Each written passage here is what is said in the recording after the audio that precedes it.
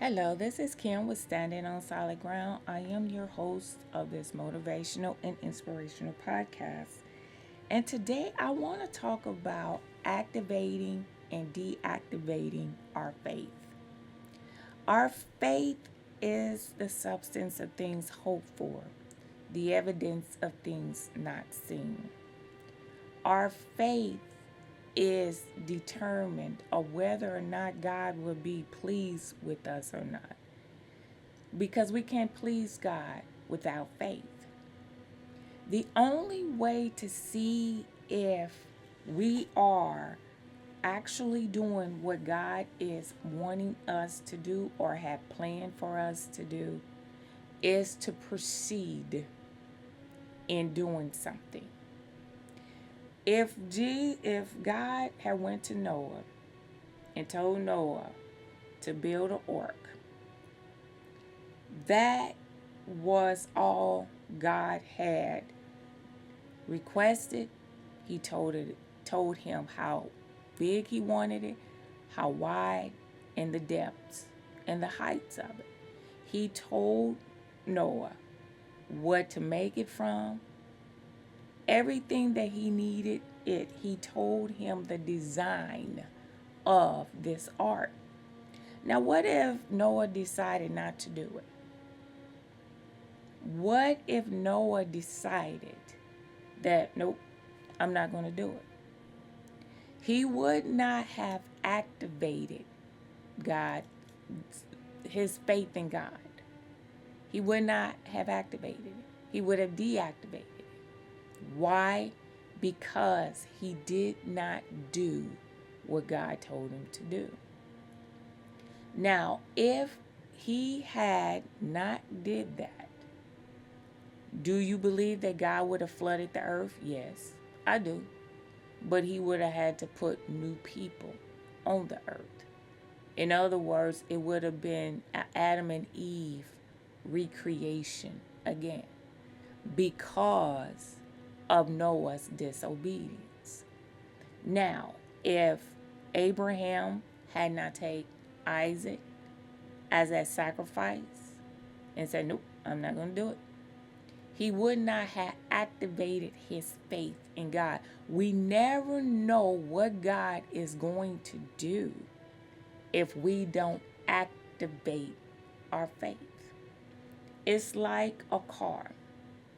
If we sat in the car with a key or with a key fob and we are just sitting there, we have the key or the key fob, we're in the car, we have our license, we have our insurance, we have everything that we need, but we never started the car. We never know if the car is going to get us to point A to point B until we activate, or in this case, started the engine.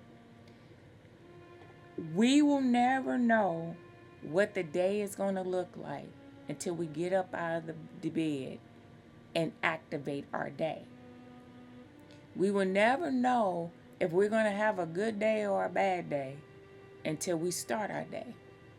I always told my daughter and my son, the worst thing about doing something is getting started. Once we get started, it's okay. But getting started is one of the hardest things for any of us to ever do. I can hear people throughout my years or throughout my days and say, Lord, let me get up so I can start my day. I don't know what it's going to be like, but Lord, have mercy. I will never know if I could sell something if I never go out and try to sell it. Activating my faith. If God gives us something to do, I don't care what it is. If he told me to go out and I want you to stand in place for 10 minutes, I don't want you to move. I don't want you to take a step forward, a step backwards, a step to the left, a step to the right. I don't want you to do anything. I just want you to stand in place for 10 minutes and I'll heal your body. Guess what I'm going to try to do?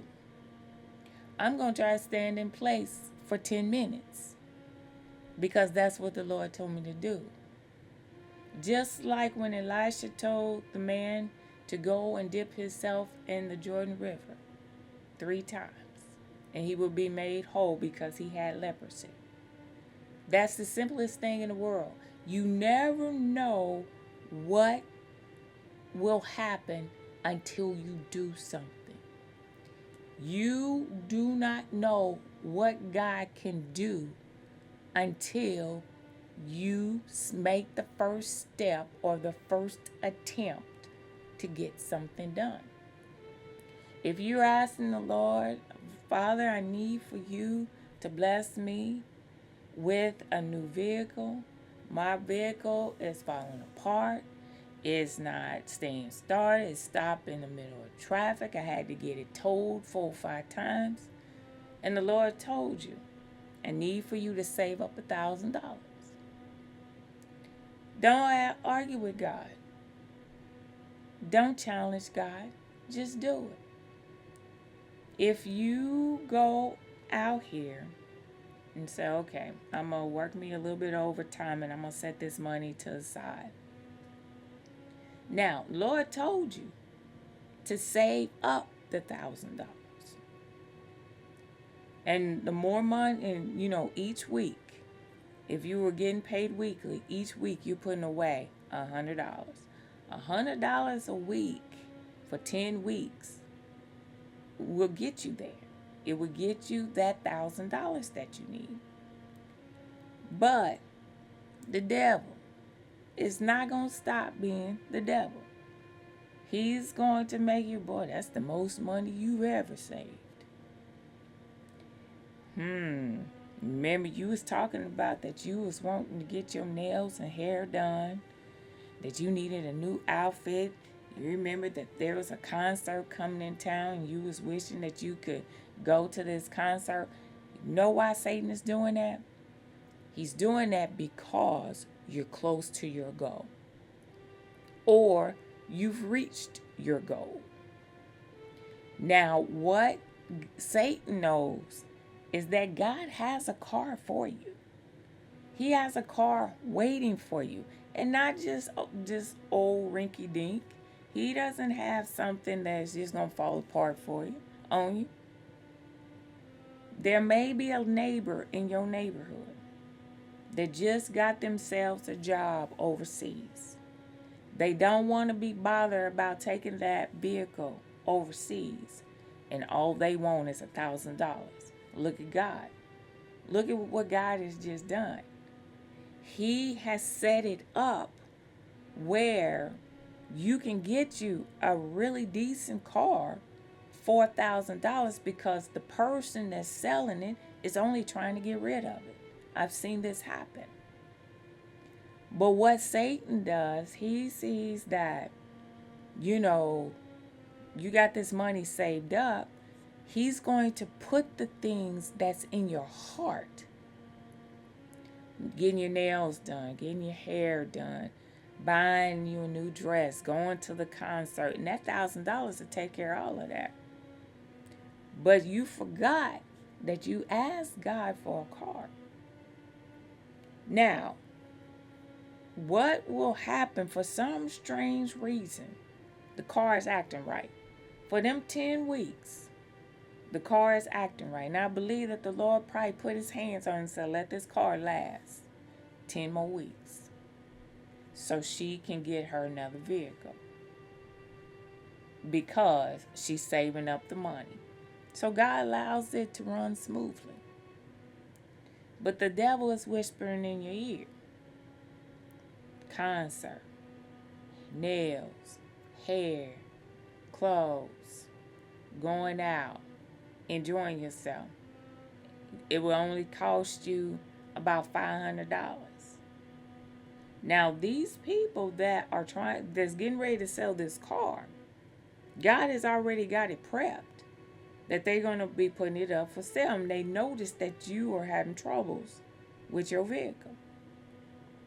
And they're willing to offer it to you for this $1,000.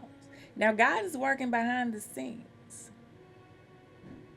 Are you going to activate your faith in God, or are you going to deactivate your faith in God?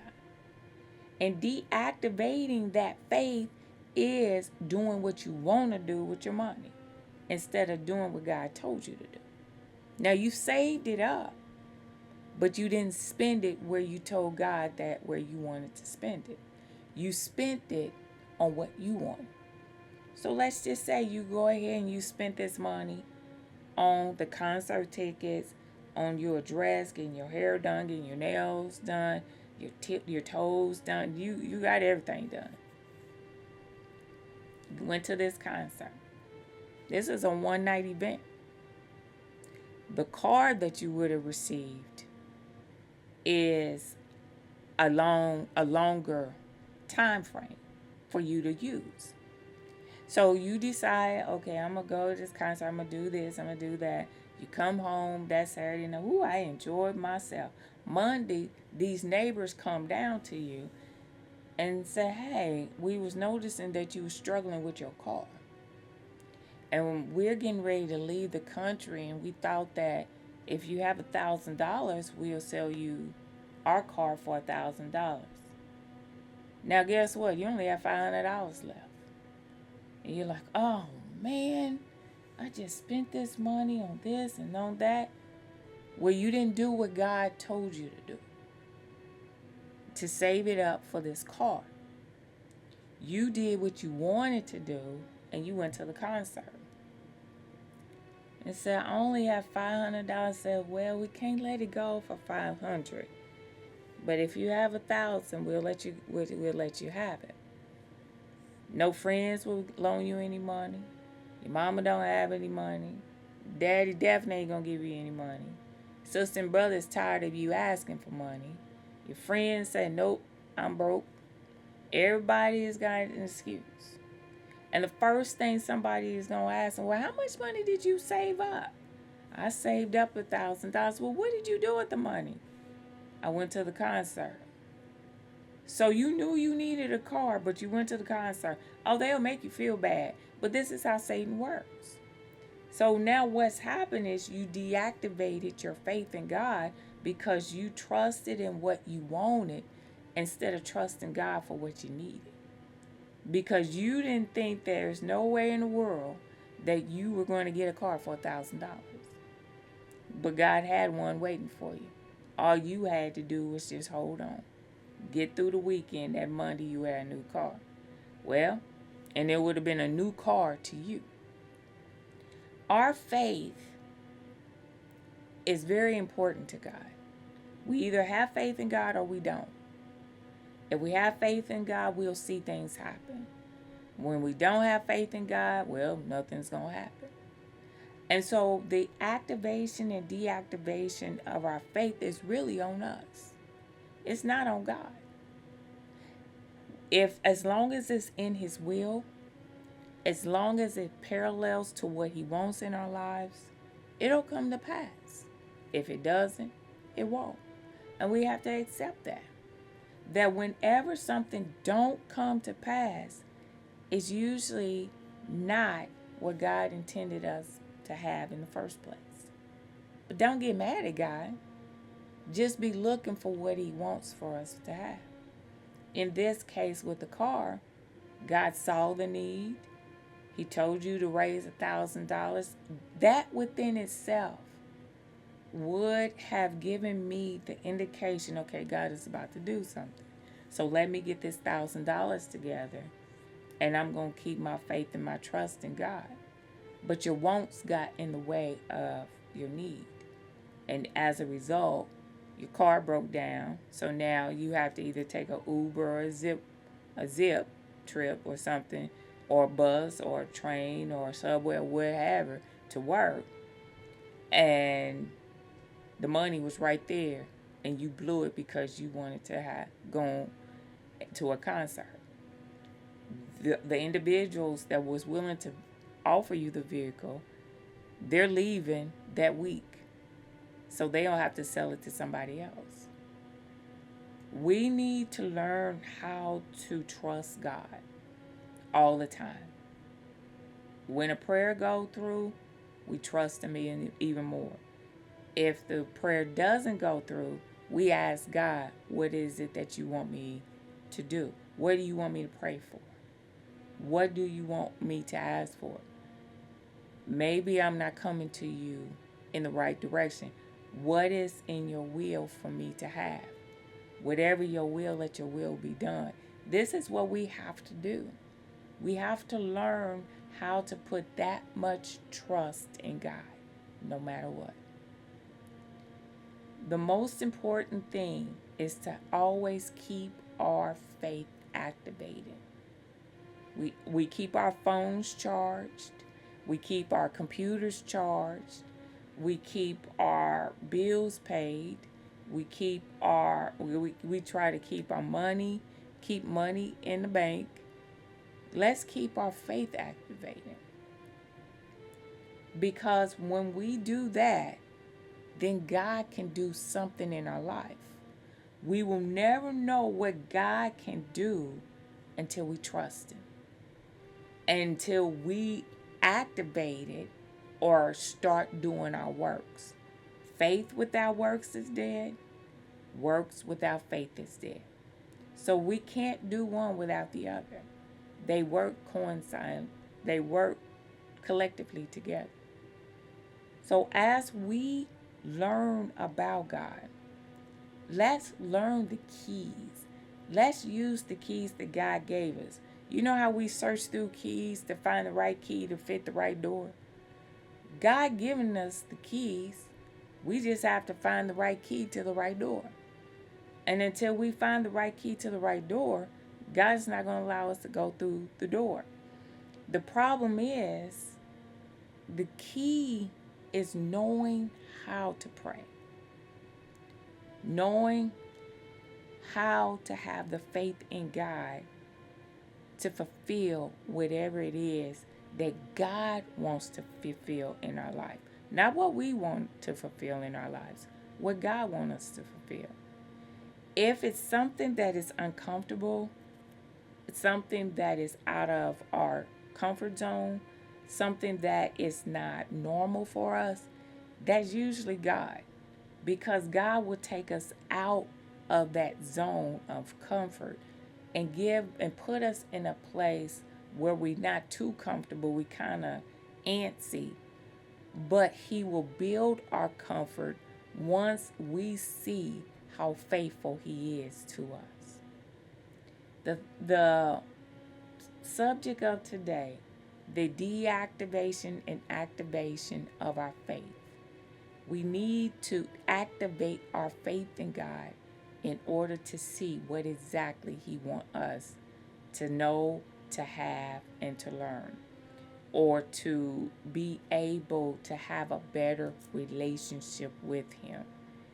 If we never start the process, we'll never know what He has for us. This is Kim with Standing on Solid Ground. You have yourself a wonderful and blessed day.